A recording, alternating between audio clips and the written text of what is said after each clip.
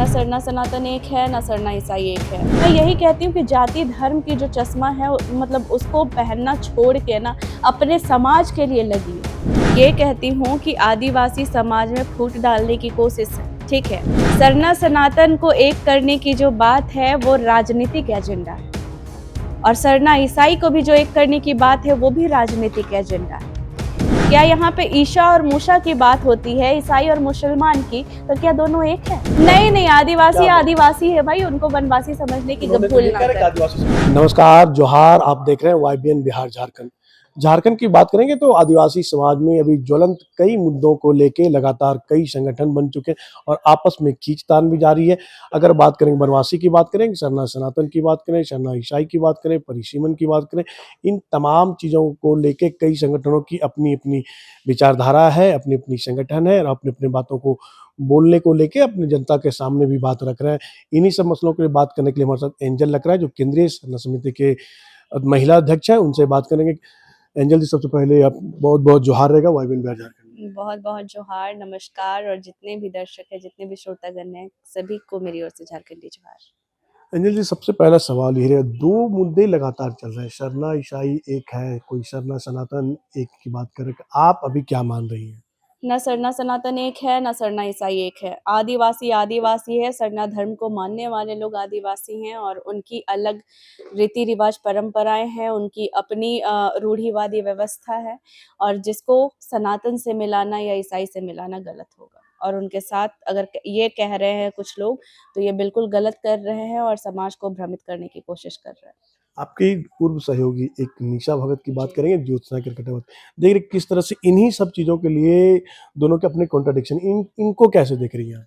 देखिए, चीज़ें क्या है कि मैं ये कहना चाहूँगी कि आज जो लोग भी समाज को दिग्भ्रमित करने की कोशिश कर रहे हैं, ठीक है? और मैं ये कहना चाहती हूँ कि सबसे बड़ी सोचने वाली ये बात है कि हमारे आदिवासी समाज में आज जो भी चीज़ें हो रही है, ठीक है? आज धर्म के नाम पर जो लड़ाया जा रहा है, सरना ईसाई किया जा रहा है, सरना सनातन किया जा रहा है, ठीक है? लेकिन इनके खुद के घर परिवार में, खुद की जगह पे, खुद के आंगन में, खुद के मतलब अपने लोगों के बीच में वो लोग किस पीड़ा से झेल रहे हैं, उनको क्या परेशानी है, इन सब चीज़ों से इन लोगों को कोई लेना-देना नहीं है।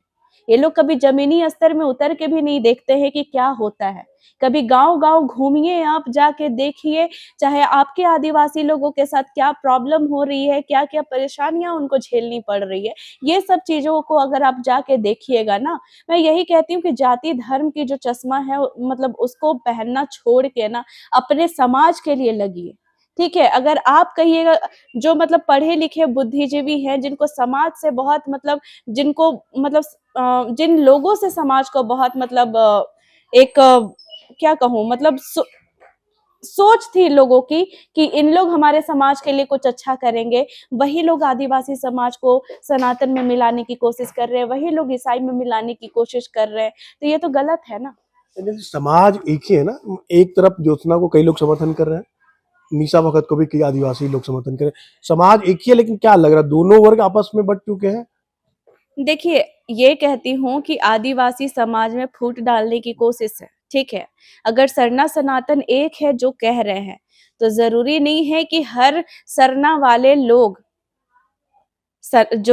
हर सरना वाले लोग जो ये बातों को फैला रहा है, उनको सपोर्ट ही कर रहे होंगे। नहीं, ये बहुत गलत है, ठीक है?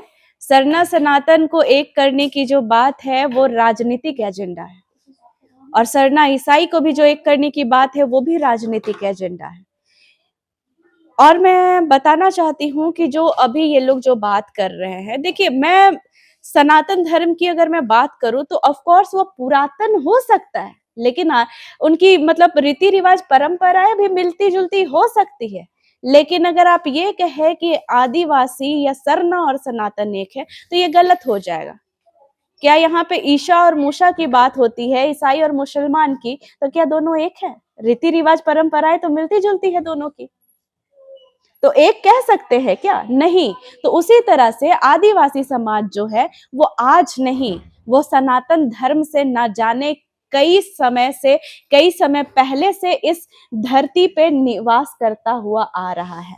तो ये कहना गलत होगा कि सरना सनातन एक है। हाँ, सनातन आदिवासी हो सकते हैं, लेकिन आदिवासी सनातन नहीं हो सकते या सरना सनातन नहीं हो सकता। एंजल जी, बात फिर से यही है कि ना, आदिवासी को वनवासी कहा गया। इन बातों को लेकर भी कई लोग उबाल हुआ है, कई लोगों ने पुतला फूँका है, आदिवासी समाज के लोगों ने। आपको क्या लगता है? जो लोग आरएसएस, बीजेपी और राजनीतिक दलों के जो समर्थक हैं, उन लोगों को ये वनवासी शब्द से कोई फर्क नहीं पड़ रहा है, ठीक है। और लेकिन ये हमारे लिए बहुत मतलब कह दीजिए, ये अब आदिवासी क्या समाज माना के जाए, साथ तो उन्हें वनवासी माना जाए कि आदिवासी नहीं माना नहीं, जाए? आदिवासी क्या माना जाए? आदिवासी है भाई, उनको वनवासी समझने की उन्होंने तो भूल ये ना कह रहे कि करें। आदिवासी संविधान में नहीं है एंजल जी। तो तब तो वनवासी शब्द भी नहीं है संविधान में। आदिवासी, अगर हमें कोई आदिवासी कहता है तो हमें बहुत गर्व, हमें बहुत सम्मान और बहुत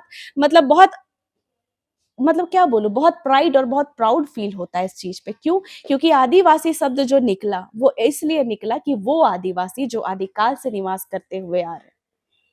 आदिवासी का मतलब ये नहीं कि वनवासी, की हम आज भी जंगल में रह रहे हैं, आज भी पत्ता पहन रहे हैं, आज भी भाला पकड़ के भालू और शेर चीता मार रहे हैं, वैसे खा रहे हैं, पत्ता पहन के घूम रहे हैं, वो जिंदगी तो नहीं जी रहे ना। आज की आधुनिकता के साथ आदिवासी समाज कितना आगे निकल गया है, ठीक है। वो आज की जिंदगी को जी रहा है। वनवासी श्री राम थे, जिन्होंने 14 वर्ष का वनवास काटा था, उनको वनवासी कहा जा सकता है।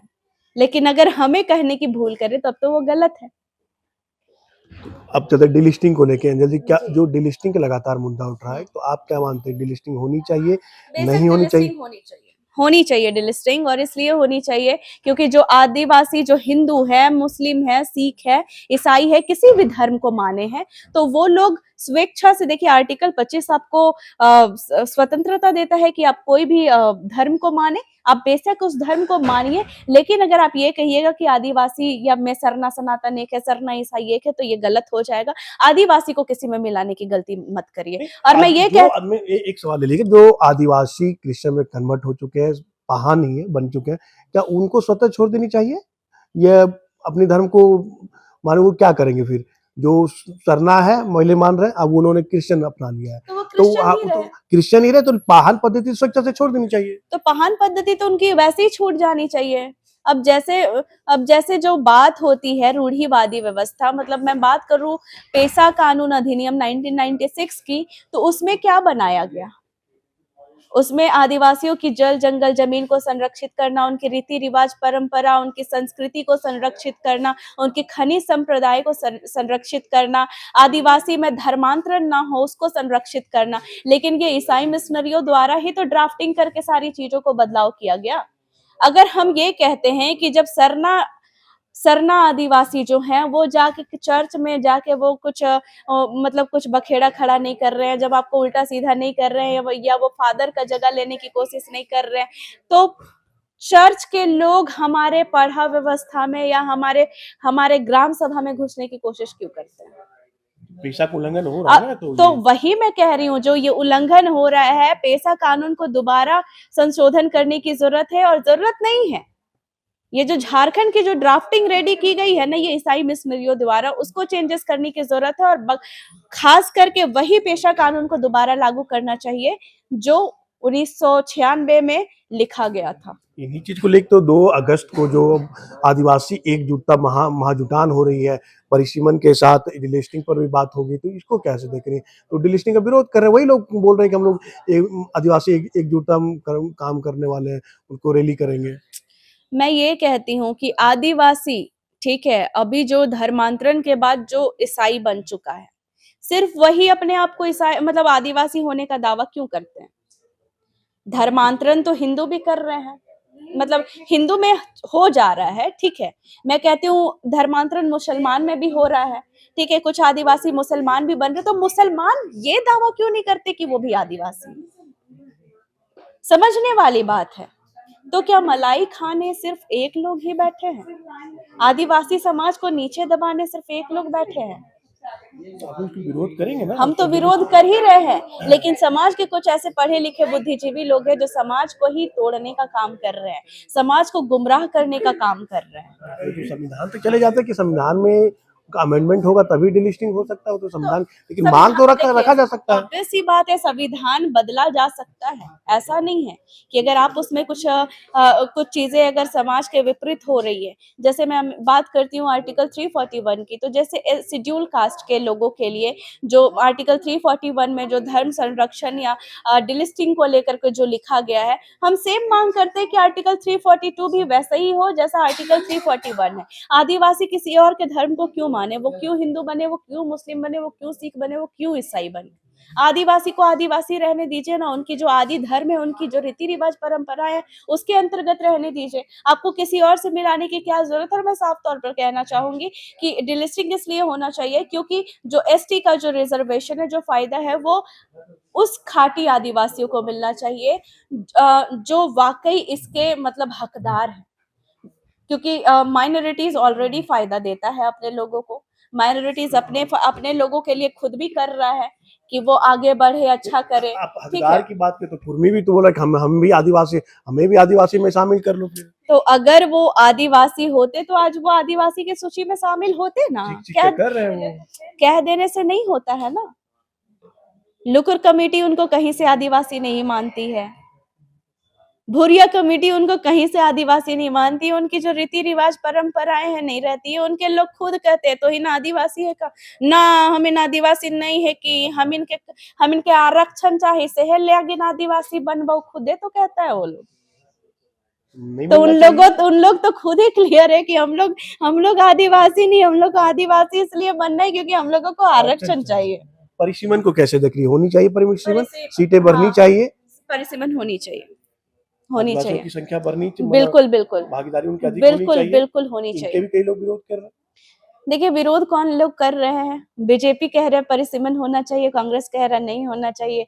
अभी मैं कहना चाहूँगी यहाँ पे जितने भी नेता, विधायक, मंत्री, सांसद लोग जितने 28 आरक्षित सीट में जितने भी बैठे हुए हैं, अभी परिसीमन की बात हुई तो सब बिल से बाहर आए। ठीक है, सब बिल से बाहर कूद के आए कि बाप रे हम तो मरने वाले हैं, निकालो हमको। ठीक है, लेकिन जब शिक्षा की बात आती है, जब रोजगार की बात आती है, जो झारखंड में इतने पलायन जैसे चीजें हो रही है, यहाँ पे यहाँ की खनिज संप्रदाय लूटी जा रही है, तब इन लोगों का मुंह जुबान नहीं खुलता है। इनका घर परिवार आगे जाके कैसे चलेगा ये इनको समझ में आ रहा है बहुत। तो ये बहुत चिंता का विषय है। एंजल जी, आप जिस संस्था से जुड़ी हैं, जिस ऑर्गेनाइजेशन से, वो लोग धर्मांतरण को लगातार खुल के विरोध कर रहे हैं, खुलकर विरोध भी करते हैं। तो अभी फिर से लगातार तोरपा की बात करें, खुट्टी में बात करेंगे, लेकिन फिर से लगातार चंगाई सवाल लग रहे हैं। इन चीज़ों को रोकने के लिए क्या कुछ आप लोग करने जा रही हैं? बेशक अभी पेशा कानून लागू हो चुका है, ग्राम सभा को भी मजबूती मिल चुकी है, तो अब ग्राम सभा के साथ हम लोग बैठ करके मिल करके ये प्लान कर रहे हैं कि जितने भी लोग हैं कम से कम ये जैसे अगर मैं वही कह रही थी कि अगर पेशा कानून की जो मैं बात करूं तो अगर आर्टिकल 25 अगर आपको क्या कहते हैं, अगर धर्म चुनने का अधिकार देता है तो धर्म की रक्षा करने का भी अधिकार देता है। तो हम अपने धर्म की भी रक्षा भी करेंगे और पेशा कानून के अंतर्गत जहाँ पे चंगाई सभा या प्रार्थना होती है उसको हम रुकवा सकते हैं। चलिए, ये तुम्हारे साथ एंजल लग रहा है, उन्होंने स्पष्ट तौर पर कहा डिलिस्टिंग को लेके कहा है कि डिलिस्टिंग होनी चाहिए, क्योंकि डिलिस्टिंग नहीं होने से कई आदिवासी समाज है जो क्रिश्चियन में कन्वर्ट होते हैं, वो आरक्षण का लाभ एक के साथ दोनों का लाभ लेना चाहते हैं। इन चीज़ों को रुकना जरूरी है और पेशा कानून को लगातार यहाँ पे पालन होना चाहिए, और खुट्टी हो चाहे तोरपा हो, यहाँ पे पेशा कानून का लगातार उल्लंघन हो रही है। लेकिन देखना होगा कि पेशा कानून का पालन कब से और कितने कड़ाई से इन जगहों पे होगी। सहयोगी निहित के साथ मनीष झा, YBN बिहार, झारखंड। हाँ, मैं